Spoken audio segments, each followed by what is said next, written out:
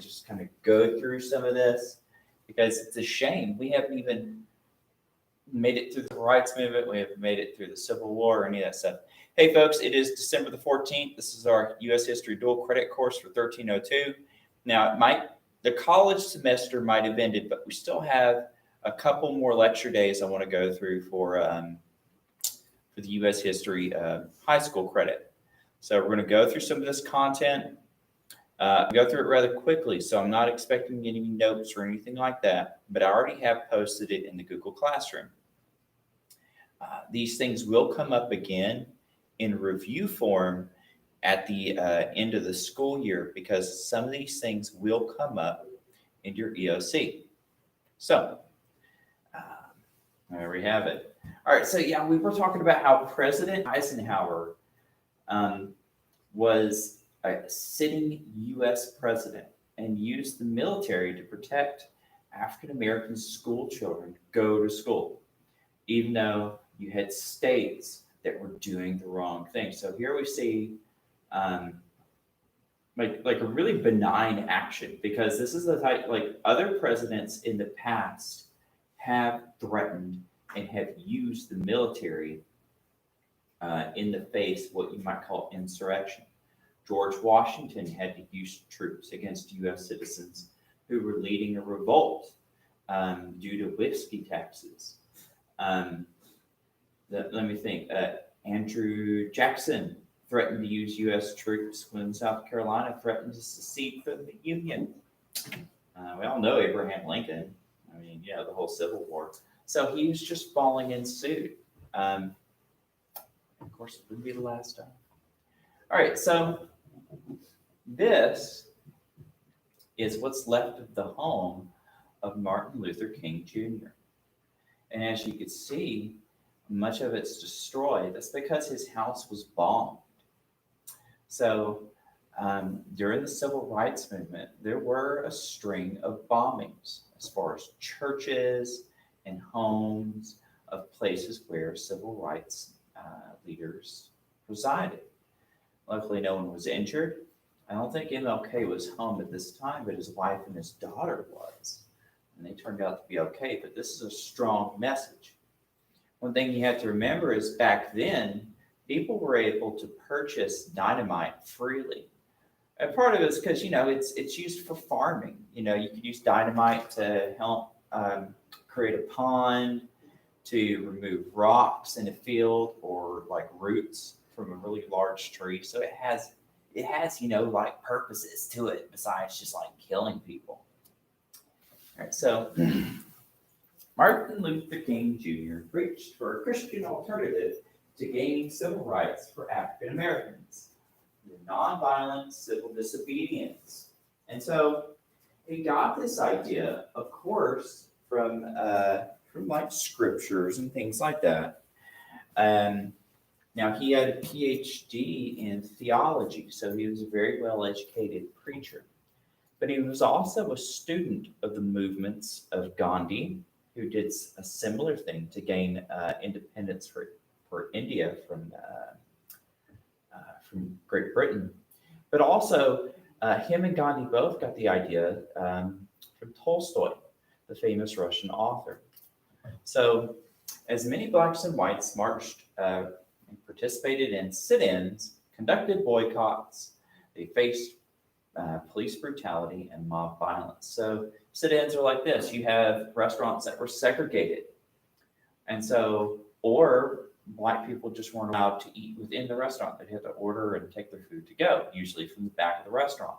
So you would have folks just sit in and refuse to move. And so often they'd have like drinks poured on their heads, they get cussed at, threatened, stuff like that. It's a form of nonviolent protest, civil disobedience. You could find examples of civil disobedience all the way back to the age of the American Revolution, especially against things like taxation and stuff like that. Or civil disobedience was also used before the Mexican-American War, where people would refuse to pay taxes and stuff like that because they didn't want to fund the war. Though the Supreme Court ruled in favor of ending segregation of buses, Martin Luther King Jr.'s home was bombed while his family was inside. America was divided on the issue of civil rights, but it's President Eisenhower's actions in protecting school children, the Supreme Court's rulings, remember, to end school segregation, and the passage of the Civil Rights Act of 1957 by Congress signaled that the federal government was ready to change the country. So, on the one hand, this is a bottom-up movement. So you have the lowest class of people in American society saying, we need things to change. But on the flip side of it, it's also a top-down approach. You see all three branches of the federal government, the executive, the judicial, and the legislative, all taking actions to end segregation, which was, like the ghost of the Civil War. As the movement carried on, Eisenhower's second term was ending. So we see the growth of the civil rights movement under Eisenhower. Korean War is pretty much ended, but the Cold War is still going on. And so then we're going to have a very famous presidential run when you have John F. Kennedy against Richard Nixon, who was vice president under Eisenhower. So they look a little different. So John Fitzgerald Kennedy entered the 1960 presidential race running against Vice President Richard Nixon. Both candidates ran on very similar platforms. So much of what determined the outcome of the election was how the candidate appealed to the voters.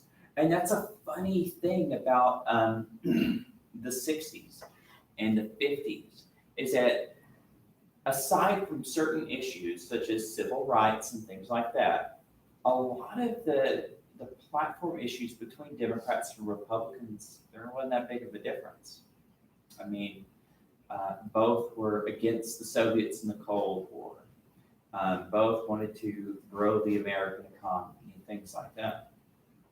So it's just kind of funny, and often you would have Democrats and Republicans work with one another. However, the 60s is going to do a lot to change a lot of that. This election featured the first televised debate between two presidential candidates. Though many listeners through radio believed that Nixon won the debate, most voters had televisions. Those who viewed the debate via television were more impressed with JFK, as he appeared more youthful and confident, while Nixon had just overcome an illness and appeared to be disheveled. And so, Nixon didn't know that you had to wear makeup to be on TV to make your face not look so glossy. And so he looked sweaty to people, looked tired. However, his voice was fine and he was very knowledgeable on the facts. But people are very subjective. Sometimes we look at people and we're just like, well, I'm going to go with that one. So that's going to be a tie turn. And here we have Kennedy won, and there's his vice president, Lyndon B. Johnson. There's the exiting president, Eisenhower, and of course, there's Nixon, who's going to come back later and won quite a fine top hat. Oh, wait, no, and another. Wow, that's a lot of top hats. Was that a normal thing? All right. Kennedy won the presidency by a narrow margin over Nixon, despite the vice president's executive experience. As Kennedy entered the office at 43 years old, he called for Americans to consider, ask not what your country can do for you, ask what you can do for your country. So it's a call of patriotism. As JFK took office, the civil rights movement was intensifying as college students began more sit-ins at local restaurants for services at restaurants that refused to serve African Americans. Sit-ins spread through the 140 cities across the nation. Meanwhile, in 1961, a group of civil rights activists known as the Freedom Riders began to make a bus ride from Washington, D.C. to Alabama and Mississippi to protest segregation. This was well advertised. This was to be a show to the nation that they had the right despite local laws, to go through the nation in non-segregated travel. Um, so it was kind of like a show, right? However, some folks didn't like that. And so this bus is going to be attacked, as are its riders, and they're going to make it out okay, but many of them are going to be in deep fear of their lives. As the Freedom Riders traveled on, they faced increased violence, especially as they reached Birmingham, Alabama. Now that's the place where a lot of what you think of as the marches and the police brutality. That's where a lot of it was happening. In 1963, MLK and many others held protest marches in Birmingham, only to be beaten and arrested by the authorities. JFK sent 3,000 soldiers to Birmingham to keep order. Eisenhower already set the precedence that this is appropriate action to take whenever you have like mob violence against innocent people. That same year, MLK and others organized the March on Washington of up to 250,000, the largest gathering in American history up to that point. And so it's during this march where he's going to give his very famous I Have a Dream speech. As the fight for civil rights carried on, the military and its budget expanded in preparation for possible nuclear war. So here we see that at home, the era of the 50s is over, and a lot of underlying problems are starting to boil over at home. But also internationally, things are getting even more dangerous because of the development of intercontinental ballistic missiles, which led to the ability to launch nuclear weapons into orbit, and then they can re-enter on the other side of the world. Extremely difficult to defend against, because even high-flying aircraft, you can figure out when they're coming and prepare in advance and possibly shoot them down. There was no defense against ICBMs, especially when they figure out how to put these missiles into submarines, which could be untrackable, and then surface anywhere in the world and launch a missile anywhere in the world. That just led to like the fear of just like unstoppable nuclear attacks. And remember, now they have more powerful nukes as well, which could take out some of our smaller states one missile at a time. So extremely scary, with only like literally minutes of warning at best instead of hours. So led to a lot more to this age of anxiety. But as you can see here, we're gonna have some victories, like the space race. Now, maybe not the space race in particular, but definitely the race to the moon.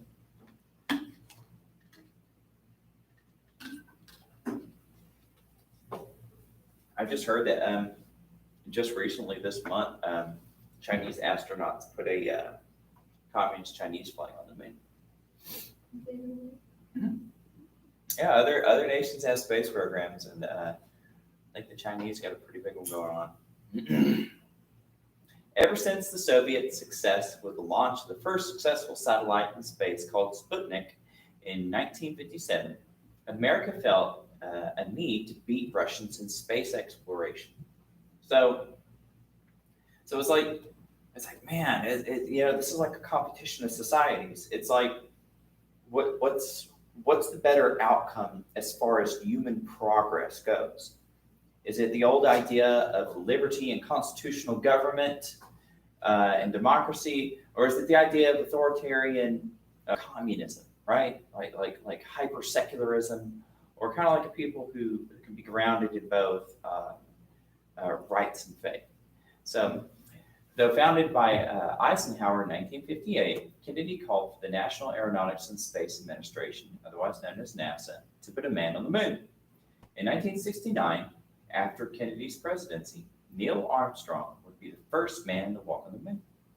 JFK wanted to remove, so this was a big deal back then. Since space exploration was such a new thing, people would take off work, gather around the television, take off school to watch when our rockets would go up into space. This was a televised event as well, as we had our first astronauts walk on the moon. So this was a really big deal. And what's funny is that it was such an unheard of thing that I remember, like my wife's great grandmother, she's 96, right? Even though her dad knew about this, he still didn't believe it happened, right? So he was like, I can't walk on the moon. That's impossible to go to space. So a lot of people just couldn't even believe it. You know, it's like such a big deal. On a flip side, though, JFK wanted to remove Castro from Cuba, as the communist-run island was only 110 miles from Florida. Now that's pretty close. In 1961, the CIA, that's the Central Intelligence Agency, that's our foreign spy network here in America, led the invasion of 1,400 trained Cuban exiles to land the Bay of Pigs in an attempt to assassinate Castro and free Cuba. So, and the CIA still works in tandem with like special forces and stuff like that today to help train foreigners to be into fighters. So, a lot after the Cuban Revolution, when Castro took over Cuba, a lot of people who could not live under communism, of course, fled to America. And even to this day, you still have people who get on rafts and make that dangerous 110-mile trip just trying to float across the ocean, hoping you make it to Florida. Well, some of these folks, just because they came here to escape communism, didn't mean they wanted to abandon their families and their homeland. So it was pretty easy to come up with volunteers who would train. And the idea was to have a very fast-paced military takeover. They knew if they could take out the communist leadership, that they'd have a shot in winning the country back. Because by this time, a lot of Cubans had already faced starvation. Many of them had had family members murdered in their own yards. They were sick of communism, but they were also in fear. And they were a disarmed people who had no chance of going against this military dictatorship. This is a picture of Fidel Castro hugging just the most adorable Russian leader, Khrushchev. And so, unfortunately, the Bay of Pigs was a disaster. All of the Cuban exiles were either killed or captured within 3 days by Castro's forces. The CIA would then conduct operations to destroy roads, bridges, and factories. So it was like a guerrilla war within the country, while making around 30 assassination attempts against Castro. Yeah, and he's going to be very proud that he survived so many attempts at his life. And he's going to make it to old age. I mean, he basically, I think he died of like dementia. He got really old. Both America and Russia began nuclear weapons testing again, while the Soviets built a wall to split East from West Berlin. And so, of course, you had like security fences and stuff like that, but this wall would serve as like a permanent boundary. And of course, before the wall, you had a no-go zone. So if you got too close to the wall, the Russians would shoot you, of course, on their side. And if you also remember, Berlin was stuck right in the middle of Russian-controlled territory. So it was like a little island of freedom on the west side, or on the east, you just had like complete and utter control. It was suspected that at least historians said, at least 1/3 of the people who lived in East Berlin at one time or another was connected with the local spy network there, the KGB. Either they had acted as informants, or they were on the roll themselves, because this was a place where they deemed it very easy to spy on the West. And so that's like no society to live in, where 1 out of 3 people could be a spy, like just anxiety that they were willing to turn in their neighbors for gain, essentially. But also they turned in their neighbors because they were scared if they don't turn somebody in, somebody would turn them in falsely. It was like you have to get somebody in trouble just so you feel safe. Yeah, kind of a nightmare situation. Then in 1962, a U-2 spy plane found that nuclear missile sites were under construction in Cuba. Now that was really scary. So nuclear missiles fired from the island would be able to arrive in the United States before the military could even react with its own defenses or even really inform people. So that was like super, super scary stuff. So we knew that if they got that kind of advantage, it would be over for us because we've been on the edge of war for so long anyways. And so here's a map that shows the distance of Cuba from each place. Here, like Georgia, Denver, New Mexico City. I don't know why they nuked Mexico City, but let's see, New York, Washington, so much closer than Russia, so or China. But I don't know if China allowed them to build nuclear sites. I don't know. I think they kind of stayed out of that. Seattle for some reason. Denver. Yeah, I think Denver had a pretty big military base. Of course, like there's several spots in Texas that were definitely likely targets because we have so many military bases here too. Okay, so the Cuban Missile Crisis. When some historians say that we almost went like really, really razor thin close to being at nuclear war. Kennedy decided to enact a naval blockade around Cuba and demanded a removal of these missiles. Then, October 22nd, 1962, 180 U.S. warships positioned themselves to stop Russian ships from carrying supplies for these nukes from making it to Cuba, as the Army mustered in Florida and nuclear bombers stayed in the air around the clock. So, we sent in our Navy to try to stop their ships from coming in. We also sent in our troops right there at the southern part of Florida, ready to cross the water. The bombers are really close by, ready to drop bombs at any second. So Nikita Khrushchev then decided to give up and avert nuclear war. It's like, well, they're on to us. The Limited Test Ban Treaty was created to forbid all but underground nuclear testing. Of course, nowadays, all nuclear testing is forbidden on the Earth. I think you can do it in space. I think that's about it. It's one of the reasons why 4 years ago, when North Korea was conducting underground nuclear tests, everybody was getting mad. Not only because we don't trust North Korea, because they're kind of crazy, but also because it was internationally illegal. It's like you're not supposed to do that. In Vietnam, the communists had gained control of most of the country. JFK would then respond by sending 16,000 military advisors to help.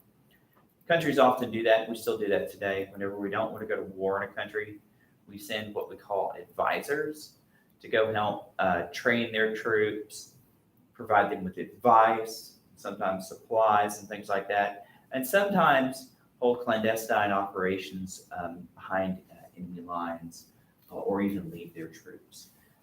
But you gotta be careful because that usually kind of gets you dragged into a conflict. Let me see how much we have left because I don't know if I want to start.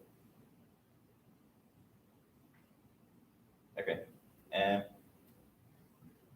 I don't want to start the Vietnam War today.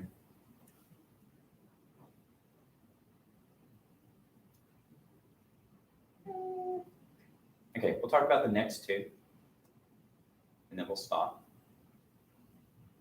So a lot's happening during Kennedy's term. He's the youngest president in America. All this crazy stuff's going on. However, he's pretty well loved because he's seen as somebody who's like taken these situations and has averted disaster. And he had real celebrity status within America.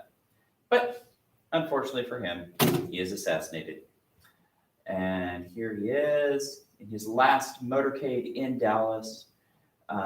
He came to Texas because, as I told you in the past, the Democrat Party was kind of split up back then. You had the Northern Democrat Party. I mean, it was all the Democrat Party, but you had the Northern Democrats and the Southern Democrats.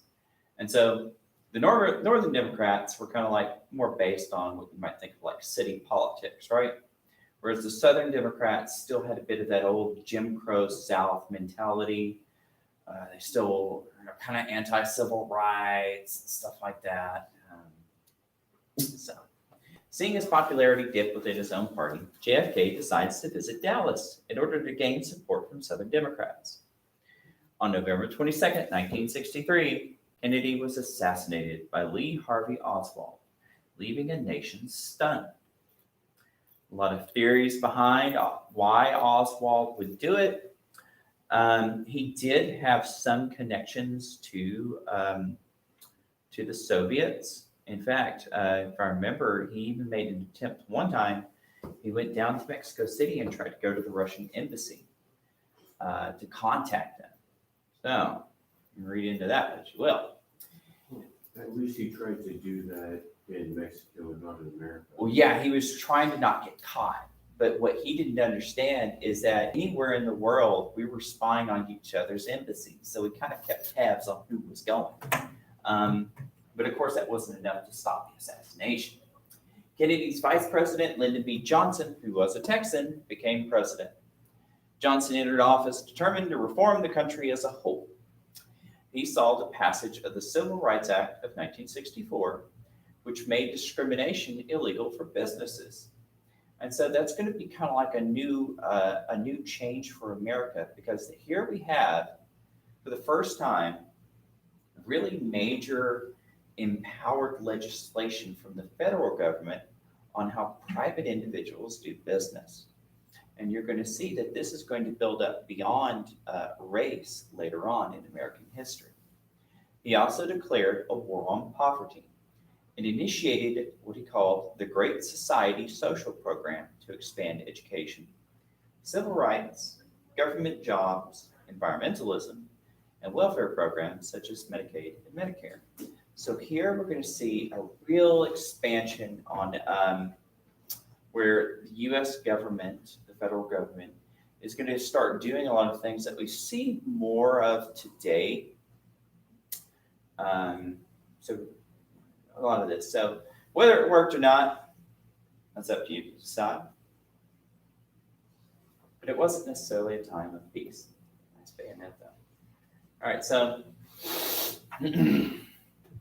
back at this time, there was something called, and it's still around today, it's something called the Riot Act. Whenever there's a riot, police or soldiers have to come up and they have to read what's called the Riot Act. And it's essentially, it's like, this gathering has been so violent, has been deemed a riot. You have 10 minutes to disband and leave. Otherwise, we are authorized to use deadly force. I'm not sure of how many times this was used, but it was made for situations such as some of the race riots we see here. All right. In many parts of America, people became disenchanted with nonviolent strategy of the civil rights movement. It wasn't working fast enough for some people, so they were getting radical. Race riots broke out in Los Angeles, such as the Watts riot in 1965, and in Detroit in 1967, were stark examples. There are 300 to the 300 plus that occurred in cities throughout America during the Johnson administration. So you saw riots exploding across the country. Our people were demanding that things change. Cities, stores being looted, lots of arson and murder, things like that. So this was becoming a very violent time in American history. I've seen something like that recently. Though he won a Nobel Peace Prize, Martin Luther King Jr. was shouted down after the riots for not going far enough. So a lot of his own civil rights movement was turning their back against him. So even though he was a very, very strong champion, just less than 10 years ago, and gained a lot of ground, as we've seen, and of course, like from the federal government, even a lot of local governments, school integration and things like that. Apparently a lot of people were pretty upset. The Black Power movement emerged as the Black Panthers, and the Nation of Islam called for isolationism and sometimes violence. So the Black Panthers is they're a group that kind of actually started out as street gangs. They did things like sell drugs and stuff like that, but they became kind of radicalized as a almost like they would do things like often acts of terror. Sometimes Black Panthers would do things like cross state lines, murder people, and then come back. Sometimes they would even join the military, get military training, and then leave and use that training to attack police officers and stuff. the Nation of Islam is kind of a strange thing because it's kind of Islamic, but it's kind of not. It's essentially it's a group that called for separation from all other races, and that they have some very racist ideas themselves, where they take parts of the Quran, but they also make up certain kind of historical stuff. So it's kind of weird. Martin Luther King continued to call for reform and nonviolence, but he was assassinated on April the 4th, 1968. He would, of course, be well remembered. Despite his falling out, he constantly preached for nonviolence, even when he himself would be physically attacked by mobs. And so he carried out as a believer to the end. Hey, folks, that's going to end our lecture for today. When we come back Wednesday, we're going to talk about the Vietnam War, and then we're going to finish up the last bit of the course when we come back first week of January. See ya.